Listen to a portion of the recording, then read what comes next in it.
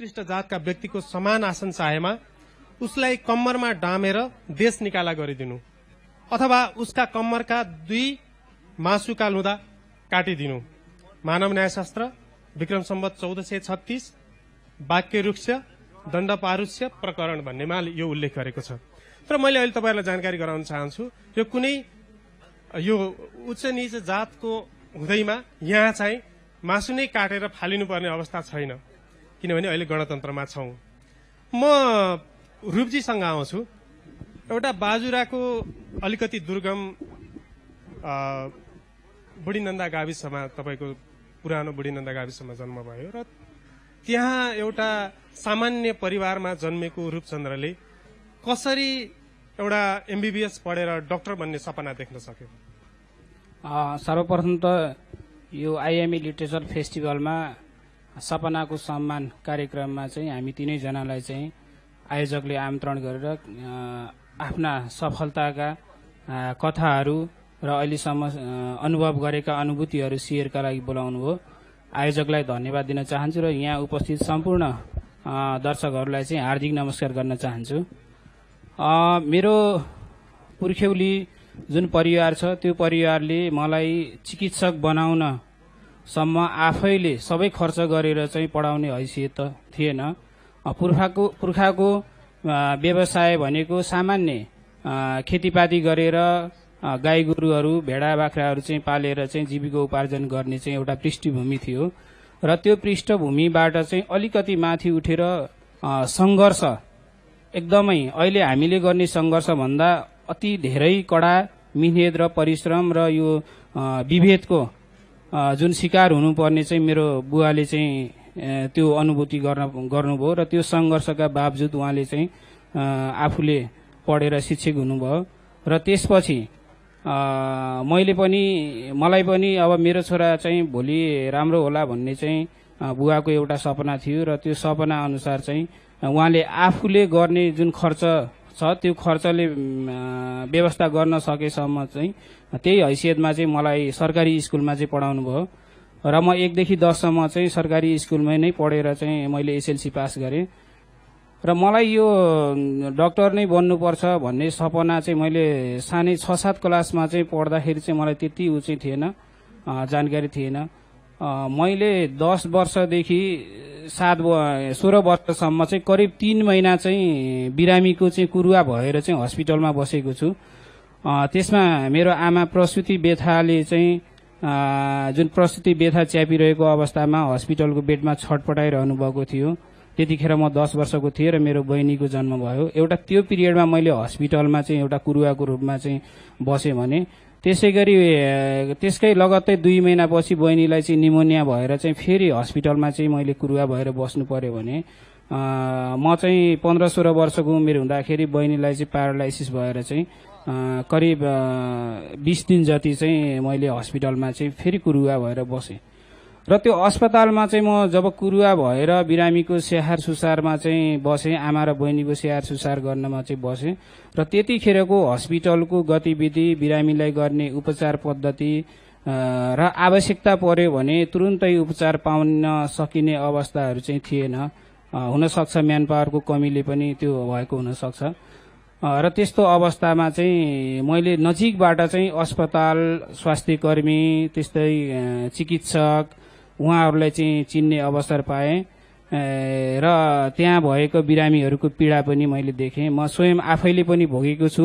आमा प्रसुति व्यथा लागेर बेडमा छटपटाइरहेको बेलामा मैले सिस्टरलाई चाहिँ बोलाएर आमालाई साह्रै गाह्रो भयो भनेर बोलाउँदाखेरि सिस्टरहरू आउन चाहिँ ढिलो भएको कारण हुँदाहुँदै पनि आमाले चाहिँ बहिनीलाई जन्म दिनुभयो र पछि करिब 15-20 मिनटपछि सिस्टर आएर चाहिँ त्यो बहिनीको चाहिँ नाभि काटेर चाहिँ सेपरेट गरिदिनु भयो। एउटा मैले छर्लङ्ग त्यो देखेँ भने अर्को चाहिँ बहिनीलाई निमोनिया हुँदाखेरि अक्सिजन अहिले मैले बुझेँ त्यतिखेर चाहिँ निमोनिया भएको रहेछ, अक्सिजन चाहिँ आवश्यक रहेछ भन्ने कुरा चाहिँ बुझेँ र अक्सिजनसम्म पनि त्यहाँ स्वास्थ्य कर्मीहरूले चाहिँ लगाइदिन ढिलाइ भएको कारण आमाले चाहिँ यो यहाँनिर चाहिँ राखेको एउटा सिलिन्डर छ होइन, त्यो सिलिन्डरबाट चाहिँ एउटा मास्क चाहिँ लगाइदिनु पर्यो, मेरो छोरीलाई चाहिँ बचाइदिनु पर्यो भनेर जब गुहार्नु भयो, त्यसपछि सिस्टर आएर चाहिँ लगाइदिएपछि बहिनीको चाहिँ ज्यान बच्यो।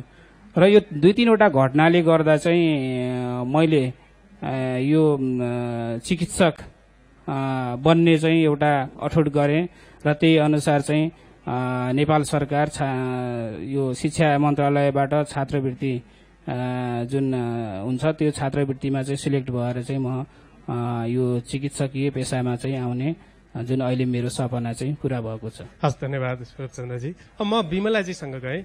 अब तपाईँ विद्यार्थी कालमै 15-16 वर्षको उमेर छँदै चितवनको माडीमा जुन गन्धर्व समुदायमाथि त्यहाँका गैरदलीय समुदायले गर्ने जुन खालको थिचोमिचो थियो, विभेद थियो, त्यस विरुद्ध आफ्नो समुदायका युवाहरूलाई संगठित गरेर संघर्ष गरेको मान्छे अब राजनीतितिर नलागेर अब कसरी यो सामाजिक क्षेत्रमा लाग्नुभयो? प्रश्नको लागि धन्यवाद यहाँलाई। सर्वप्रथम त म सम्पूर्ण दर्शकहरू लगायत आयोजक टिमलाई विशेष धन्यवाद दिन चाहन्छु। किन भन्दा आज मैले आफूले भोगेका भोगाईहरू, आफ्ना पीडाहरू यहाँहरूका बीचमा मैले पोख्न पाउने मौका पाएको छु। त्यसको लागि पनि म एकदमै धन्यवादी भएको छु जस्तो लागेको छ। सर्वप्रथम म राजनीतिकमा नलागिकन सामाजिक फिल्डमा किन लाग्यो भन्ने जुन प्रश्न छ, के सामाजिक फिल्डमा लाग्नु पनि एउटा राजनीतिक होइन र? जब समाजमा अगुवाई गर्ने व्यक्तिहरू छन्, नागरिक समाज अथवा सामाजिक अभियन्ता अगुवाहरू छन्, उहाँहरूले कसको र कस्ता किसिमका अगुवाई गरिरहेका छन् भन्ने कुरा तपाईले मसिनो किसिमले केलाएर हेर्नुहुन्छ भने तपाईले उत्तर त्यही नै भेट्टाउनुहुन्छ। मैले देखेको र भोगेको कुरा बलात्कारपछि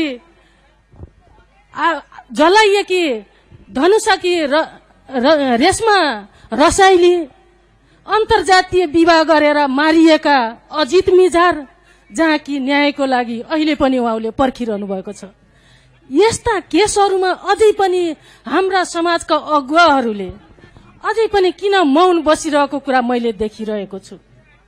अब हाम्रा समस्या कसले उठाउने त, हामीलाई सहयोग कसले गर्ने त भन्ने सोचबाट नै मेरो जीवनमा मैले पनि मेरो गाउँमा भोगेका आफ्ना भोगाईहरूबाट म सामाजिक अभियानमा लागेको छु। मेरो जीवनकाल, बाल्यकाल एउटा दलित समुदायमा जन्मिए, हुर्किए। जब म पहिलो पटक मेरो स्कुलमा म गएँ, म एउटा पढ्ने उत्साह र जोश जाँगरका साथमा गएर म जब स्कुलको बेन्चमा बसेको थिएँ, पहिलो पटक नै मलाई उहाँहरूले लत्याएर तिमी अगाडि बस्न मिल्दैन, एउटा गन्धर्वको छोरीले चाहिँ अगाडि बस्ने बेन्चमा तिम्रो हैसियत छैन भनेर मलाई पछाडि पठाइयो। त्यसपछि म बाहिर निस्किएँ जहाँ कि पानी प्यास लागिरहेको छ। स्कुलमा राखेको बाल्टीको पानी मैले खान पाइनँ। म पानी निकालेर खान्छु भन्दा पनि तिमीले यिनीहरूको पानी निकाल्न पाउँदैनौ भनेर मलाई पन्छाएका थिए। त्यसै क्रममा म पसलमा जान्छु, पैसा तिरेर मैले खान्छु, तर पनि मैले चाहिँ त्यो पिँढीमा बस्न पाउँदिनँ। मैले बाटोको छेउमा बसेर मैले तरकारी र चिउरा खान्छु, त्यो खाएको भाडा पनि मैले माझेर निस्किनु पर्ने अवस्था छ। यिनै कुराले चाहिँ मलाई चाहिँ जन्मायो। मलाई जब म विद्यार्थी कालमा मेरो कलिलो मनस्थितिमा जुन कुराले मलाई छोयो, विभेद भनेको के रहेछ भन्ने कुरा मलाई स्कुल लेभलबाट नै सिकायो। जब ती अन्याय र अत्याचारका कुराहरू मैले देख्न थालेँ, भोग्न थालेँ, त्यसपछि म आफ्नै समाजमा फर्केँ। सामाजिक स्थिति के छ त? 85% दलितहरूको बसोबास रहेको समाजमा केलाएर हेर्न थाल्छु। त्यो समाजले यस्तो दर्दनाक पीडा भोगिरहेको छ कि जहाँ कि त्यो काली लाग्दो कहानी छ। दिदीबहिनीहरूलाई चाहिँ शोषण गरिएको छ, श्रमको शोषण भएको छ, बालबालिकाको शोषण भएको छ। सबै किसिमको शोषणले विरक्तिको समाजमा बसेर आवाज उठाउन खोज्छु। मलाई पनि झन् तिरस्कार गरेर 50औं युवाहरूको, गैर दलित युवाहरूले यस्ता विभेदका कुराहरू तैले उठाउँछेस् भने तेरो जीवन हामी अन्त्य गरिदिन्छौँ भनेर मलाई रातिको समयमा घेरा हाल्न थाल्यो। त्यो अवस्थाबाट म कसरी निस्किने र कसरी अब मेरो समाजलाई मुक्ति दिने भन्ने मलाई यो 15 वर्षको जीवनमै मैले सङ्घर्षको सुरुवात गरेँ, जसले गर्दा आज मैले आफ्नो समाजका अगुवा, आफ्ना समाजका युवाहरूलाई, दिदीबहिनीहरूलाई समेटेर संगठन बनाए। संगठन बनाइसकेपछि अन्याय र अत्याचारको विरुद्धमा अब हामी लड्नुपर्छ, अगाडि बढ्नुपर्छ भनेर जब मैले ती आवाजहरू उठाउन थालेँ, त्यसपछि मलाई विभिन्न ठाउँबाट आक्रमण हुन थाल्यो। कहिले मैले जंगलको बास, दिनभरि मैले जंगलमा गएर दिन बिताउनु पर्थ्यो भने रातिको समयमा मकैबारीमा गएर सुत्नु पर्थ्यो। मेरा समाजका अगुवाहरूलाई पनि त्यसरी नै तिरस्कार गरिन्थ्यो र उहाँहरूलाई पनि समात्ने कोसिस गरिन्थ्यो। यस्ता किसिमका पीडाहरूको बावजुदले गर्दाखेरि नै मलाई राजनैतिक भन्दा पनि म सामाजिक अभियानकर्ता नै बनेर मेरो समाजको, मेरा समुदायको उत्थान गर्नुपर्छ, हामीले नगरे कसले गर्छ भन्ने मनस्थिति बोकेर नै मैले चाहिँ यो सामाजिक अभियानमा मैले हात हालेको हो। भनेको तपाईँले सामाजिक राजनीति नै गर्नुभयो। म विमलाजीको कुरालाई जोड्दै सुभाषजीसँग आउँछु। 2068 सालमा नेपाल सरकारले छुवाछुत विरुद्धको ऐन जारी गर्यो र 2068 सालदेखि 76 साल वैशाखसम्म आउँदा एउटा तथ्याङ्कले के देखाउँछ भने 19 जना व्यक्तिहरू जो दलित समुदायमा जन्मेकै कारणले गैरदलित समुदायबाट चाहिँ मारिएका छन्। सायद यो तथ्यहरू धेरै बाहिर पनि आएको छैन। यो पछिल्लो समयमा पनि हाम्रो समाजमा छुवाछुतको जुन विभेद, जातीय विभेदको जरा छ, त्यो अझ बलियो हुँदै गएको हो कि अथवा त्यो मक्किँदैछ? धन्यवाद शिवजी। हामीले मैले अहिले यो जहाँ म उपस्थित भएर बोल्दैछु त्यही मञ्चलाई एउटा परिवर्तनको झिल्को हो कि भन्ने तरिकाले म लिएर मेरो कुरा राख्न चाहन्छु। सबभन्दा पहिला केही वर्ष अगाडिसम्म यसरी दलित समुदायका व्यक्तिलाई अथवा समाजको पीडमा रहेका व्यक्तिलाई बोलाएर यस्ता मञ्चहरूमा दिने भन्ने कुरा चाहिँ सायद अपवादमा बाहेक त्यस्तो कुनै पनि ट्रेन्ड थिएन। तर एउटा यो परिवर्तन हामीले देख्न सक्छौं। तर त्यहाँभन्दा पनि अझ अगाडि गएर हामीले संरचनामा हेर्यौं भने मैले यो भनिराख्दाखेरि हाम्रो समाजमा धेरै परिवर्तन आइसकेको छ। अहिले हामी सँगै बसेर एउटै टेबलमा खान सक्छौं। ती कुराहरू जुन सामाजिक परिवर्तन छन्, तर त्यो भन्दा अगाडि गएर अलिकति हामीले संरचनामा हेर्यौं। संरचनामा हेर्नको लागि मैले तपाईहरूको अगाडि दुईवटा कुरा राख्न चाहन्छु। जुन कुरा मलाई लाग्छ 50-51 प्रजातन्त्र आइसकेपछि मेरो आमाले भोगेको समस्या र त्यसपछि 2013-14 सालतिर अहिले भर्खरै 2-3 वर्ष अगाडि मैले भोगेको समस्यामा कति भिन्नता देख्नुहुन्छ तपाईहरूले आफै यहाँहरूले जज गर्नुहोला। जस्तै 2051-52 नेपालमा प्रजातन्त्र आइसकेपछि मेरो आमाले धेरै दुःख गरेर कमाएको र बचत गरेको आफ्नो आर्जनबाट त्यो छिमेकमा एउटा जहाँ हामी अरहाँचीमा बस्छौं त्यो गैरदलित समुदायको मात्रै भएको जग्गा जमिन भएको ठाउँमा उहाँले त्यति बेला जग्गा किन्न चाहिँ खोज्नु भयो। त्यो जग्गा पनि कसरी किन्न खोज्नु भयो भन्दाखेरि त्यहाँ अलिकति त्यति राम्रो मलिलो जग्गा थिएन। सबै गैरदलितहरूको मात्रै त्यो ठाउँमा जग्गा थियो, त्यो मलिलो जग्गा थिएन। त्यस्तो भइसकेपछि कसैले पनि त्यो जग्गा किन्न मानेन। त्यो जति पनि छिमेकी थिए, त्यो समाजको सबै मान्छेहरू थिए, कसैले पनि त्यो जग्गा किन्न नमानिसकेपछि त्यो जो जग्गा बेच्ने मान्छे हुन्थ्यो त्यो मेरो आमासँग आउनुभयो र मेरो आमाले अलि सस्तोमा पनि पाएको र आफ्नो बचत गरेकोबाट जग्गा किन्न खोज्नुभयो। जब मेरो आमाले जग्गा किन्ने भन्ने कुरा भयो, त्यसपछि एकजना दलितलाई कसरी हाम्रो यो टोलमा, हाम्रो छिमेकमा कसरी ल्याउँछस् भनेर यति धेरै ठूला हडलहरू क्रिएट गरियो कि अन्तिममा गएर मेरो आमाले त्यो जग्गा किन्न सक्नु भएन र किन्नु भएन। जग्गा किन्नै दिएनन्। त्यहाँ चाहिँ अर्कै मान्छे खोजेर ल्याएर अनि अर्को मान्छेलाई त्यो जग्गा बेचाए। भनेपछि त्यति बेला के भन्दाखेरि तपाईँ जुन एउटा संरचना, तपाईँले एउटा सम्पत्तिमा अधिकार हुन्छ, त्यो अधिकारबाट वञ्चित गराइयो, त्यो अधिकार दिएन। त्यस्तै गरेर यो मैले इंग्लिश सालमा 2013 मा हो काठमाडौँमा जब मैले अलिकति कमाई गरिसकेपछि अनि म काठमाडौँमा जग्गा किन्न चाहे, त्यसपछि मलाई एकजना साथीले आफ्नो साथीको बुवालाई जग्गा देखाउनु भनेर उहाँले पठाउनु भयो र म काठमाडौँको यो वनस्थलीबाट अलि पछाडि गएर तपाईँ जग्गा किन्न जाँदाखेरि उहाँले के भनेर मलाई जग्गा देखाउनु भयो भने उहाँको घरको छेउको जग्गा रहेछ, अति राम्रो, काठमाडौँको स्ट्यान्डर्ड अनुसार सबै कुरा मिलेको। अनि उहाँ जग्गा देखाउँदै गर्दा उहाँले के भन्नुभयो मलाई भन्दाखेरि, हेर बाबु, तिमी जस्तो यो अन्तर्राष्ट्रिय संस्थामा काम गर्ने, युएनमा काम गर्ने मान्छेलाई यो जग्गा बेचाउनु छ। अहिले चाहिँ दलित समुदायका मान्छे, विश्वकर्मा, परियार, नेपालीहरूले पनि पैसा कमाएर जग्गा किन्न आउँछन्। यदि यो छिमेकको जग्गा चाहिँ कुनै त्यो समुदायको मान्छेले किनिदियो भने त हामी त घर बेचेर हिँड्नु पर्ने हुन्छ। त्यसले गर्दा सायद उहाँलाई मेरो कास्ट थाहा थिएन, उहाँले चाहिँ त्यो किसिमको स्ट्राटेजी अप्नाएर मलाई भगाउन खोज्दै हुनुहुन्थ्यो। त्यो चाहिँ मैले बुझिनँ। तर मसँग अर्को साथी पनि साथी भनेपछि तपाईँले अहिले पनि हेर्नुहुन्छ, हामी आर्थिक रूपमा सबल भयौं, दुःख गरेर एउटा पोजिसनमा पुग्यौं, केही कुरा हासिल गर्यौं, तर पनि हामी जुन किसिमका तपाईँको सांस्कृतिक, आर्थिक, राजनीतिक संरचनामा हाम्रो पहुँच कति छ त भनेर अहिले पनि हेर्यौं भने त्यस किसिमले चाहिँ हामीलाई तपाईँको सम्पत्तिमाथिको अधिकार अथवा सम्पत्ति असुल गर्ने अधिकारबाट हामीलाई त्यसरी वञ्चित गराइएको छ। भनेको चाहिँ विभेद, सामाजिक विभेद, केही विभेदका स्वरूपहरू परिवर्तन भए पनि तर विभेदको जरो चाहिँ जस्ताको तस्तै छ भन्न खोज्नु भयो। यहाँले अहिले पनि एक्ज्याक्टली यहाँले पनि त्यही कुराहरू हेर्न सक्नुहुन्छ। अहिले पनि दलित कति भूमिहीन छ। अहिले पनि जुन हाम्रो संविधानमा भूमिहीन दलितलाई एकपटकको लागि आवास दिने भनेर जुन संविधानमा व्यवस्था गरिएको छ, त्यो व्यवस्था किन कार्यान्वयन भइरहेको छैन भनेर हामीले हेर्नुपर्ने कहाँ हुन्छ भन्दाखेरि हाम्रो जीवनमा परिवर्तन आएको छ, सामाजिक कुराहरूमा परिवर्तन आएको छ, तर तपाईँ हामी चाहिँ मिलेर एउटै टोलमा बस्ने अवस्था आइसकेको छ कि छैन भन्ने कुरालाई हेर्न चाहिँ जरुरी छ जस्तो लाग्छ मलाई। म बीचमा हाम्रो सहभागी मध्येबाट कुनै एकजनालाई मैले प्रश्न सोध्न चाहन्छु। तपाईँको आँखामा कस्तो आकृति आउँछ, कस्तो परिकल्पना गर्नुहुन्छ? कसैले भोलिन्टियरली, एकजनाले एउटा डाक्टरको आकृति। नमस्ते सबैजनालाई, म प्रतिकला देव। डाक्टर भन्ने बित्तिकै चाहिँ कस्तो आकृति आउँछ भने एउटा सेतो कपडा लगाएको अनि घाँटीमा एउटा भिरेको र केटा मान्छे, नर्मली केटा मान्छे। केटी मान्छे चाहिँ अहिले डाक्टरी हुन्छन् होला, तर नर्मली हाम्रो इमेजिनेसनमा चाहिँ केटा मान्छे र सेतो कपडा लगाएको र स्ट्यान्डर्ड व्यक्ति नै आउँछ। धन्यवाद। तपाईँले भनेकोमा मेरो थप चाहिँ के छ भने एकदमै व्यस्त, 5-7वटा मेडिकलहरूमा धाउने, उपचार गर्ने,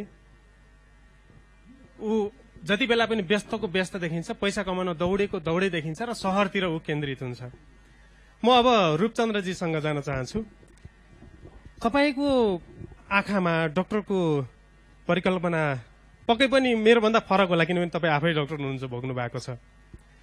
तर एउटा फरक चाहिँ तपाईँ जुन एमबीबीएस गरिसकेपछि शहरतिर नबसेर फेरि शहरका त्यस्तै मेडिकलहरूमा नदौडेर पैसा कमाउनतिर नलागेर किन फेरि आफ्नै गाउँ फर्किनुभयो?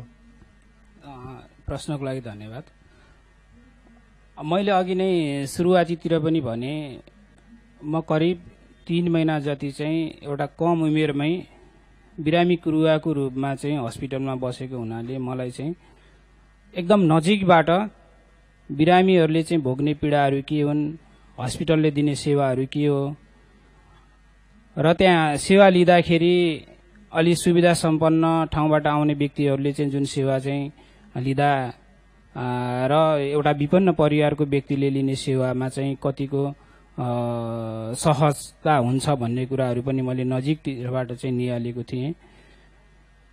र त्यही फलस्वरूप चाहिँ मैले जुन जिल्लामा मेरो जन्मथलो हो बाजुरा जिल्ला, त्यो जिल्लामा चाहिँ सेवा गर्न मलाई उत्प्रेरणा चाहिँ जगायो र मैले त्यो ठाउँमा पनि बाजुरा जिल्लाबाट पनि एउटा चिकित्सक बनेर चाहिँ सेवा गर्ने अवसर पाएको रहेछ है भनेर मैले एउटा मेरो समाज, मेरो जिल्लावासीलाई देखाउनु पनि थियो। र त्यही अनुसार म बाजुरा जिल्ला चाहिँ गएँ र मैले पनि शिवजीले जुन कुरा भन्नुभयो त्यस्तै सोचेको थिएँ सुरुमा चाहिँ, जुन डाक्टर भनेपछि एकदम व्यस्तता भइराख्ने होइन, अनि त्यसपछि क्लिनिकमा जाने भन्ने कुराहरू चाहिँ जुन थियो त्यो ममा पनि थियो सुरुमा। तर म त्यहाँ गइसकेपछि चाहिँ करिब अहिले 3 वर्ष जति भयो मैले बाजुरा जिल्लामा सेवा दिइरहेको र त्यहाँ आउने विभिन्न वर्गका चाहिँ जुन बिरामीहरू हुनुहुन्छ उहाँहरूको चाहिँ अवस्था हेर्दाखेरि बाहिर क्लिनिकमा पेमेन्ट गरेर चाहिँ बिरामी चेक जाँच गराउन सक्ने भन्दा पनि अस्पतालबाटै नेपाल सरकारले निशुल्क रूपमा प्रदान गरिने जुन औषधि र अन्य जाँचहरू हुन्छ ती सेवा चाहिँ कसरी लिने भन्ने उहाँहरूलाई चाहिँ धौधौ परिरहेको अवस्थामा चाहिँ मैले आफ्नो जिल्लामा बसेर जुन दुर्गम सेवा नपाएका ठाउँहरूमा हेल्थ क्याम्पहरू गरेर चाहिँ अगाडि बढ्दै गर्दा मलाई थप चाहिँ के भयो भने यो पहुँच नपुगेको दुर्गम क्षेत्रमा बस्ने चाहिँ व्यक्तिहरू विभिन्न वर्गका नै हुन्छन् र विभिन्न वर्गमा पनि अझै एउटा समुदाय छ जुन दलित समुदाय र दलित समुदायमा पनि अझै दलित समुदाय अन्य समुदायमा पनि अझै महिला र पुरुष बीचमा चाहिँ जुन भिन्नता हुन्छ जुन सेवा महिलाले सेवा लिनको लागि चाहिँ परिवारको चाहिँ डिसिजन चाहिँ मान्नुपर्ने अवस्थाहरू पनि आउँदो रहेछ। भन्न खोजेको चाहिँ आफ्नो समुदायले चाहिँ स्वास्थ्य सेवा पाएको छैन भन्ने कुरालाई चाहिँ तपाईँलाई प्रेरित गर्यो कि अरू कुनै कारण थियो? मलाई अब यस्तो छ कि यो जातीय विभेद भन्ने कुरा चाहिँ मैले भोगे तापनि तर मैले दिने सेवा भनेको चाहिँ के छ भने कुनै धनी गरिब उच्च नीच जात त्यस्तै गरेर दुर्गम धर्मसँग रिलेटेड चाहिँ छैन। मैले दिने सेवा चाहिँ के छ भने ऱ्यासनल ट्रिटमेन्ट जुन चाहिँ जसलाई चाहिँ अर्जेन्ट र इमर्जेन्सी रूपमा दिनुपर्ने हो त्यो सेवा चाहिँ हो। तथापि त्यो सेवा हुँदा हुँदै पनि मैले अघि भनेको जुन दुर्गम क्षेत्र र जसमा विपन्न वर्ग र विपन्न वर्गमा पनि दलित समुदाय अझ पीडित छ भन्ने चाहिँ मेरो भनाइ भएको हुनाले चाहिँ त्यो समुदायसम्म पनि पहुँच पुगेको छैन र अझै हामीले स्वास्थ्यको चाहिँ पहुँच त्यो समुदायसम्म पुर्याउँदा अन्ततगत चाहिँ दलित समुदायका व्यक्तिहरू पनि स्वास्थ्यको चाहिँ पहुँचमा आउनुहुन्छ भन्ने चाहिँ मेरो भनाइ हो। तपाईँ अब बाजुरा जिल्लाबाट एउटा एमबीबीएस गरेर दलित समुदायबाट माथि उठ्नु भएको पहिलो व्यक्ति पनि हुनुहुन्छ। तपाईँ जब एमबीबीएस गरिसकेपछि गाउँमै फर्केर सेवा दिन सुरु गर्नुभयो त्यसले तपाईँको गाउँमा तपाईँको समाजमा अथवा तपाईँको जिल्लामा त्यो सेरोफेरमा कस्तो खालको प्रभाव पारेको देख्नुहुन्छ? यो प्रभाव चाहिँ परिरहेको चाहिँ पछिल्लो समय चाहिँ जुन चिकित्सकको रूपमा चाहिँ म बाजुरा जिल्लामा अहिले हामी सरकारी क्षेत्रमा 2 जना चिकित्सक छौं र त्यहाँबाट चाहिँ जब चिकित्सक भएर चाहिँ गयो त्यसपछि गएर एउटा विभिन्न परिवारको दलित समुदायको व्यक्तिहरू पनि यो नेपाल सरकारमा चाहिँ एउटा छात्रवृत्तिको रूपमा चाहिँ आरक्षण सिट पनि हुँदो रहेछ भन्ने उहाँहरूलाई कतिपयलाई चाहिँ अझै पनि जानकारी छैन र म त्यहाँ गइसकेपछि यो प्रक्रियाबाट चाहिँ अगाडि आउन सकिन्छ चिकित्सा सेवा चाहिँ पढ्न सकिन्छ भन्ने एक किसिमको चाहिँ माहौल पनि बन्यो र त्यो माहौलले गर्दा अहिले बाजुरा जिल्लामा साइन्स पढ्ने विद्यार्थीहरूको संख्या बढ्दो छ। त्यसै गरी यो पारामेडिकल जुन HA health assistant staff nurse ANM यस्ता मिड लेभलका चाहिँ स्वास्थ्य कर्मीहरू उत्पादन भइरहेका छन् भने अझै बाजुरा जिल्लामा चाहिँ डाक्टरहरू पनि पढ्ने क्रम चाहिँ जारी नै छ। र एउटा इक्जाम्पल मेरो गाउँमा मात्रै हेर्ने हो भने हामी अहिले मेरै फ्यामिलीमा चाहिँ 2वटा दाजुभाइ चाहिँ हामी एउटा भाइ चाहिँ डाक्टर पढिरहेको छ भने अन्य परिवारका सदस्यहरूमा करिब 8 जना जति चाहिँ स्वास्थ्य सेवामा चाहिँ हुनुहुन्छ। अब यो पनि एउटा फ्यामिली भित्रै 8 जना हजुर 8 जना हुनुहुन्छ र यो के देखियो भने एउटा परिवर्तन ल्याउनको लागि शिक्षा चाहिँ एकदम महत्त्वपूर्ण चाहिँ हुँदो रहेछ र एउटा त्यसको चाहिँ बाटो देखाउने मार्गदर्शक व्यक्ति पनि महत्त्व हुँदो रहेछ भन्ने कुरा चाहिँ यहाँबाट चाहिँ बुझिन्छ र अहिले पनि जुन पढ्ने क्रम जुन शिक्षामा चाहिँ लगानी गर्नुपर्छ भन्ने कुराहरू चाहिँ उहाँहरूले बुझिरहनु भएको छ र यसरी चाहिँ बिस्तारै शिक्षामा चाहिँ परिवर्तन चाहिँ आइरहेको चाहिँ छ। हस् धन्यवाद। म विमलाजीतिर जान्छु। तपाईँ अब एउटा किशोर अवस्थामै गाउँमा एउटा जुन जाति विभेद विरुद्ध संघर्ष पनि गर्नुभयो र पछि सर्लाहीको झिझाबाट जुन धनुषाको झिझाबाट आएर सर्लाहीको नेत्रगञ्जमा बसेका पासवान समुदायहरू हुनुहुन्थ्यो जो परम्परागत रूपमा चोरी र डकैती पेसामा संलग्न हुनुहुन्थ्यो। त्यो बस्तीसँग तपाईँ कसरी जोडिनु भयो? सर्लाहीको पासवान समुदायसँग कसरी जोडियो भन्ने कहानी पनि अचम्म किसिमको छ। म तपाईलाई त्यहाँ जानुभन्दा अगाडि म एउटा इन्टरनेसनल लेभलको संस्थामा चाहिँ काम गर्थेँ। भोग्नु पर्दैन होला भनेर जुन जोश र जाँगरका साथ म त्यो ठाउँमा पुगेँ।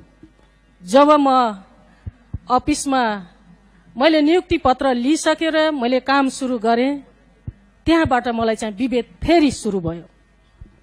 भन्न खोजेको एउटा अन्तर्राष्ट्रिय संस्थामा तपाईँ काम गर्नुहुन्थ्यो, त्यहाँभित्र पनि तपाईँ चाहिँ दलित भएकै कारणले विभेद भोग्नु पर्यो। एकदमै। जब म पहिलो पटक अफिसमा पस्दाखेरि स्टाफले भन्दा पनि मलाई घरबेटीले चाहिँ त्यस्तो विभेद गर्न थाले कि तिमी यो कोठाभित्र पसेर तिमीले काम गर्न मिल्दैन, जहाँ कि तिमी आँगनमा बस्नुपर्छ, तिम्रो टेबल चाहिँ आँगनमा हुनुपर्छ, तिमी त्यहाँ बसेर काम गर भनेर त्यसरी विभेद सुरु मलाई त्यहाँबाट फेरि भयो। जब म समुदायको भिजिटमा गएँ, समुदायको भिजिट गर्ने क्रममा निकै टाढा थियो, हिँडेर फर्किने अवस्था थिएन, म समुदायमै बास बस्नु पर्यो। म एउटा महिला, त्यहाँ पनि दलितको छोरी भएको हुनाले जुन गैर दलितको घरमा गएर बास बस्नु पर्यो, त्यो रात मैले बिताएको क्षण मैले कहिले बिर्सिँदैन। खानपिन भइसक्यो, सबैजनाले ढोका थुने, सबैजना तलमा गएर मुख्य सुत्न प्रश्नमा थाले। आऊ, झिझाका पासानहरूसँग म तपाईँ त्यसैमा कसरी जोड्नु? आउँदैछु। हामीसँग 15 मिनट मात्रै बाँकी छ। त्यसरी बाहिर सुतिरहेको बेलामा त्यो अन्धकार रात, औँसीको रातमा चाहिँ मेरो साथमा चाहिँ सुरक्षाको रूपमा हेर्ने हो भने एउटा कुकुर थियो। राति त्यो कुकुरलाई बाघले आक्रमण गरेर टिपेर लग्यो। सायद त्यो कुकुर हुन्थेन भने त्यो बाघले चाहिँ पहिलो पटक मलाई आक्रमण गर्थ्यो होला भन्ने मैले महसुस गरेको थिएँ। त्यसपछि मैले त्यो मेरो जुन सपना, मैले त्यो रातभरि मैले रुनेर सपना देख्न थालेँ। मैले प्रार्थना गर्न थालेँ, मलाई यतिसम्मको पीडा मैले भोग्दैछु, अब यो भन्दा पनि ठुलो महासागरमा मलाई फालिदिनुहोस्। त्यो महासागरमा गएर फालिएपछि कि म डुबेर मर्छु, सके भने म पार लगाएर छोड्छु भन्ने अठोट मैले त्यही रातमै लिएँ। त्यसको साथसाथै मैले चाहिँ ठ्याक्कै झिझाका पासवान समुदायसँग काम गर्ने अवसर पाएँ। जुन मैले अठोट लिएको थिएँ, जहाँ कि त्यहाँ पनि एउटा समुद्र महासागरको रूपमा म त्यहाँ पुगेँ। त्यो ठाउँ यस्तो ठाउँ छ कि तपाईहरुलाई सबैलाई चाहिँ झिझाका पासवान भन्ने कुरा सबैलाई थाहा छ। तर त्यो ठाउँमा जब म पुगेँ, ओहो, यति काली लाग्दो अवस्था थियो, यति दर्दनाक पीडा थियो। एक आपसमै आफै लडेर त्यहाँ वर्षका 4-5 जना व्यक्तिहरू आफूभित्रै मारिन्थे, मर्थे, गाडिन्थे। तर त्यो न्युज बाहिर कहिले पनि आउँथेन। महिलाहरूलाई त्यत्तिकै अन्याय थियो, बुहारीहरूलाई त्यत्तिकै अत्याचार थियो, बालबच्चाहरू पढ्न नपाएर त्यत्तिकै बसिरहेको अवस्था थियो। आफै लडेर मर्ने अवस्थामा एकजनाको कहानी सुनाउन चाहन्छु। जब एउटा महिला, प्रेग्नेन्ट महिलालाई भालाले हिर्काएर, प्रेग्नेन्ट भएको महिलाको पेटमा भालाले चिरियो, त्यही चिरेको ठाउँबाट बच्चा जन्मियो। त्यो बच्चा पनि अहिले चाहिँ हाम्रै समाजमा छ। त्यस्तो समाजमा गएर त्यहाँ रूपान्तरण कसरी गर्ने त भन्ने सवालमा धेरै चुनौती थियो। म महासागरमै छिरे। जब त्यो महासागरमा म पौडिन थाले, धेरै किसिमका च्यालेन्जहरू आउन थाले। तिमी त एउटा गोलीको भावी त हो नि, तिमीले के फुर्ती लाउँछौ भनेर कहिले गर्ने, कहिले अफिस भित्रै थुनेर दिनैभरि मलाई अफिसमा थुनिन्थे। कहिले चाहिँ मलाई चाहिँ डर देखाउनका लागि बन्दुकहरू पड्काउँथे। यस्ता किसिमका च्यालेन्ज दिँदै पनि यदि म पार लागे, यही ठाउँबाट पार लाग्छु, म मरे भने यही समाजकै लागि म मरेर जान्छु भन्ने मेरो हिम्मतको साथ मैले त्यस ठाउँमा बसेर काम गर्न सुरुवात गरेँ। जसले गर्दा त्यो समाजमा मैले बसेर काम सुरुवात गरेँ। निरन्तर रूपमा मैले 10 वर्षसम्म बसेँ। 10 वर्षसम्म पुरै त्यो समाज नै एउटा रूपान्तरण भएको छ। जुन हिजो सबैले झिझालाई हेर्ने दृष्टिकोण र आजलाई ती पासवानहरूलाई हेर्ने दृष्टिकोण आकाश पाताल भएको छ। त्यो परिवर्तन अहिले सबै महिलाहरू चाहिँ आफैले सहकारी खोलेका छन्। 50औं लाखको कारोबार उनीहरू आफै गर्छन्। महिलाहरू मोटरसाइकलमा चढेर तरकारी बेच्न जान्छन्। सबै चोर डकैतीमा लागेका व्यक्तिहरू खेती किसानमा आबद्ध भएर व्यावसायिक रूपमा अगाडि बढिरहेको जानकारी गराउन चाहन्छु। जसले गर्दा हिजो मलाई त्यो डाकाहरूको समुदायमा पसेकी छ, अब यो फुलनदेवी बन्छे भनेर मलाई सबैले भनेको ठाउँमा आज त्यो डाका समुदायको परिवर्तन गर्न पाउनु मेरो एउटा गौरवको विषय हो भन्ने मैले चाहिँ लागेको छु। मैले चाहिँ त्यहाँबाट समुद्रबाट म निस्केर चाहिँ अहिले बाहिर निस्किएको छु। म सुभाषीसँग प्रश्न जान चाहन्छु। धन्यवाद। हाम्रो चाहिँ प्रश्न उत्तरको समय भएको छ। उहाँहरूसँग कसैसँग तपाईँहरूको प्रश्न जिज्ञासा छ भने कृपया नामसहित प्रश्न भनिदिनु होला। प्रश्न छैन भने चाहिँ म पहिला धन्यवाद। हाम्रो MBBS को चाहिँ विद्यार्थी हुनुहुँदो रहेछ। उहाँको चाहिँ तपाईँले सपना देख्दाखेरि मैले अरूको सपनालाई असर गर्नु हुँदैन भन्ने कुरा गर्नुभयो। मैले अलिकति यो चाहिँ क्वेसन चाहिँ मलाई क्लियर भएन होइन। अरूको सपनाको असर भन्नाले अगेन्स्टमा चाहिँ कसरी? सर मैले भन्न खोजेको कि जस्तै हाम्रो नेपाली समाजमा कतिपय सोसाइटीहरू अझै पनि यस्तो छ कि एउटा बच्चाको सपनालाई उसको परिवारले कतिपय अवस्थामा नबुझेको हुन सक्छ। बच्चाले एउटा पढ्न खोजिरहेको हुन्छ, अर्को बन्न खोजिरहेको हुन्छ र अभिभावकले त्यसमा उसको फ्युचर नदेखेर अथवा त्यसमा उसको स्कोप नदेखेर अर्को बन भन्ने परिस्थिति हाम्रो समाजमा व्यापक भेटिन्छ र त्यस्तो अवस्थामा परिवारको डिसिजनलाई सम्मान गरेर त्यतातिर जानु ठिक कि आफ्नो सम्मानलाई आफ्नो सपनाको सम्मान गरेर आफ्नो बाटोमा एकल भए पनि लाग्नु ठिक भन्न खोजेको छ। धन्यवाद। यो अहिले पछिल्लो समयमा चाहिँ यो उठिरहेको विषय पनि हो र परिवारको चाहिँ करकापमा छोराछोरीहरूलाई चाहिँ पढाउन एकदम प्रेसर दिइरहेको भन्ने पनि हुन्छ र यो के छ भने आफ्नो चाहिँ जुन लाग्ने क्षेत्र हो, आफ्नो जुन क्षेत्रमा चाहिँ आफ्नो रुचि हुन्छ त्यो क्षेत्रतिर चाहिँ जाँदाखेरि जुनसुकै क्षेत्रमा पनि राम्रो गर्नु चाहिँ उचित हुन्छ। जस्तै अहिले चाहिँ अब कतिपय चाहिँ खेल क्षेत्रमा लागेका, आफ्नो पढाइ सँगसँगै खेल क्षेत्रमा लागेका खेलाडीहरू पनि हुनुहुन्छ र उहाँले देशको सम्मान, आफ्नो सम्मान होइन जुन कुराहरू लिइराख्नु भएको छ त्यो पनि एकदम राम्रो हो भने र कतिपय चाहिँ इन्जिनियर क्षेत्रतिर चाहिँ लागिराख्नु भएको छ, कुनै चिकित्सकतिर लागिराख्नु भएको छ। जुन प्रेसरले चाहिँ कुनै कुनै बेला चाहिँ अलिकति प्रेसरले गर्दा चाहिँ यो पढ्नुपर्छ, यो गर्नुपर्छ भन्दाखेरि चाहिँ बिचैमा चाहिँ उसको चाहिँ छोराछोरीहरू होइन भाइ बहिनीहरूले चाहिँ त्यो क्षेत्र छोडेर अर्को क्षेत्रमा लागेर पनि राम्रो गरेको चाहिँ देखिन्छ। जहाँसम्म चाहिँ मेरो आफ्नो विचार चाहिँ के छ भने आफूले देखेको जुन विद्यार्थीले देख्छ, आफूले देखेको सपना जुन आफूले जान खोजेको चाहिँ क्षेत्र छ त्यो क्षेत्रतिर नै लाग्न चाहिँ उचित हुन्छ भन्ने चाहिँ मैले ठाने। सुभाषजी केही भन्न खोज्दै हुनुहुन्छ? मैले उहाँको प्रश्नलाई अलिकति यो आजको सन्दर्भमा जोडेर चाहिँ आफ्ना पनि केही कुरा राख्न खोजेको हो। हामी आजको यो सपनाको सम्मान भन्ने बहसमा हामी जुन समाजमा हामी बाँचेका छौं त्यो समाजमा तपाईँ हामी सबैलाई सपना देख्ने अधिकार छ कि छैन र त्यो अधिकार सिर्जना कसरी गर्ने, सपना देख्न सक्ने कसरी गराउने। एउटा के भन्छ रुकुमको एउटा दलित परिवारमा जन्मिएको अथवा सर्लाहीको दलित परिवारमा जन्मिएको एकजना छोरीले आफू डाक्टर बन्ने सपना देख्न सक्छ कि सक्दैन? आफू के भन्छ तपाईको एउटा विश्वको एउटा नामुद अर्थशास्त्री बन्ने सपना देख्न सक्छ कि सक्दैन? उसको सपना त्यो थियो कि थिएन भन्ने विषयमा हामी आज छलफल गरिरहेका छौं। र मैले यहाँ सुरुमा भनेको थिएँ म बाल्यकाल हुँदाखेरि मलाई स्कुल जानुभन्दा बढी चाहिँ तपाईको के भन्छ गाई बाख्रा चराउन जान, त्यसपछि गएर कसैको उसमा जोत्न गयो भने चाहिँ 2-4 पैसा आउने र खर्च गर्न पाउने, म त्यो बढी मेरो सपना त्यति बेला त्यो थियो मेरो सपना। र आज हामीले जुन सपना देख्छौं र जुन कुरा हामी बन्न खोज्छौं त्यो भनेको म जुन ठाउँमा पुगेको छु त्यो भनेको मेरो लागि म अर्थशास्त्री बन्नु भन्दा पनि मैले एउटा लेजिटिमेसी वैधानिकता प्राप्त गरेको छु कि छैन भन्ने कुरा महत्त्वपूर्ण कुरा मेरो लागि। किनभने हामी यस्तो समाजमा छौं जहाँ चाहिँ जन्मिँदाखेरि हामीलाई चिट्ठा परेको हुन्छ। त्यो चिट्ठाको आधारमा हामी कतिपय चाहिँ हामी लज्जित हुन्छौं। म कुन समाजमा जन्मिए, कुन परिवारमा जन्मिए भनेर लज्जित हुनुपर्ने बाध्यता छ भने कतिपय चाहिँ हामी एउटा सर्टेन उसमा जन्मिएको परिवारमा जन्मिएको कारण पढेर एउटा आएर मात्रै तपाईले संघर्ष र प्रिभिलेज प्राप्त गर्न सक्नुहुन्छ भने कतिपय मान्छेहरूले जन्मजात तपाईको के स्पुन लिएर जन्मेको छ। त्यो भिन्नतामा हामी सपना देख्न सपना हामीले समान रूपमा देख्न सक्छौं कि सक्दैनौं? र त्यो सपना देखेको छ जुन तपाईको के सर्लाहीको पासवान परिवारमा जन्मेर अथवा रुकुमको दलित परिवारमा जन्मेर देखेको सपनालाई कसरी सम्मान गर्ने भन्ने चाहिँ महत्त्वपूर्ण कुरा हो जस्तो लाग्छ मलाई। यहाँहरुसँग केही प्रश्न छ भने प्रश्नमा जाउँ, होइन भने हामी अन्त्यतर्फ आएका छौं। केही प्रश्न छ? छैन। म अन्त्यमा सुभाषजीबाटै सुरु गरौं। तपाईले देखेको एउटा दलित समुदायको सामाजिक न्याय स्थापित गर्न तपाईको सपना के छ?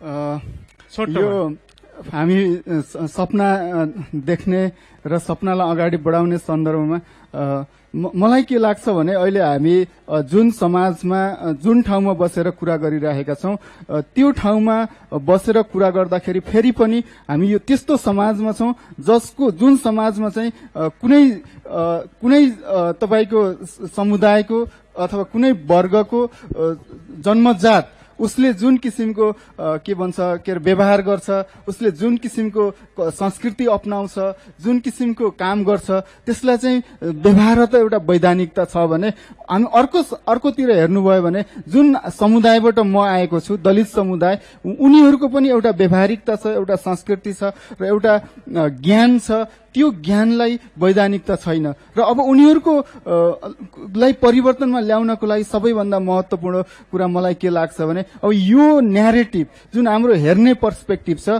त्यो हेर्ने पर्सपेक्टिभलाई कसरी परिवर्तन गर्ने भन्ने छ र म अहिले त्यही अभियानमा लागेको छु। मेरो आफ्नो पेशा बाहेक मैले अहिले यो दलित रिडर अभियान हामी सुरु गरेका छौं र त्यो दलित रिडर अभियानले विशेष गरेर दलित समुदाय र अथवा गैर दलित समुदायका युवाहरूलाई दलित समुदायको बारेमा अध्ययन अनुसन्धान गर्ने र उनीहरूको ज्ञान, उनीहरूको संस्कृति, उनीहरूको क्षमतालाई कसरी बाहिर ल्याउने र कसरी चिनाउने भन्ने हामी अभियानमा लागेका छौं र त्यो सफल हुँदै पनि गइरहेको छ र म आगामी दिनमा पनि त्यही अभियानलाई चाहिँ अगाडि बढाउने प्रतिबद्धता छु। धन्यवाद।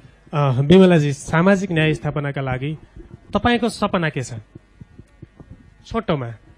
मैले भन्नु पर्दाखेरि मेरो सपना के छ भने राष्ट्रले जुन नारा लिएर हिँडिरहेको छ, सुखी नेपाली समृद्ध नेपाल बनाउने जुन अभियान चालेको छ, तर जुन विभेदबाट पीडित पक्षहरू एक ठाउँमा छन्, सुखी नेपालीको कल्पना अर्को ठाउँमा गरिएको छ। यो सुखी नेपालीको कल्पना गरेको ठाउँमा विभेद रहित समाजमा दलितहरू पनि अटाउन सकुन्, दलितहरू पनि आत्मसम्मानका साथ बाँच्न सकुन्, राज्यले दिएका हरेक किसिमका अपर्च्युनिटीहरू सबैले समान रूपले लिन सकुन्, यही नै मेरो सपना छ। हस्, रूपचन्द्रजीलाई पनि मेरो त्यही नै प्रश्न छ।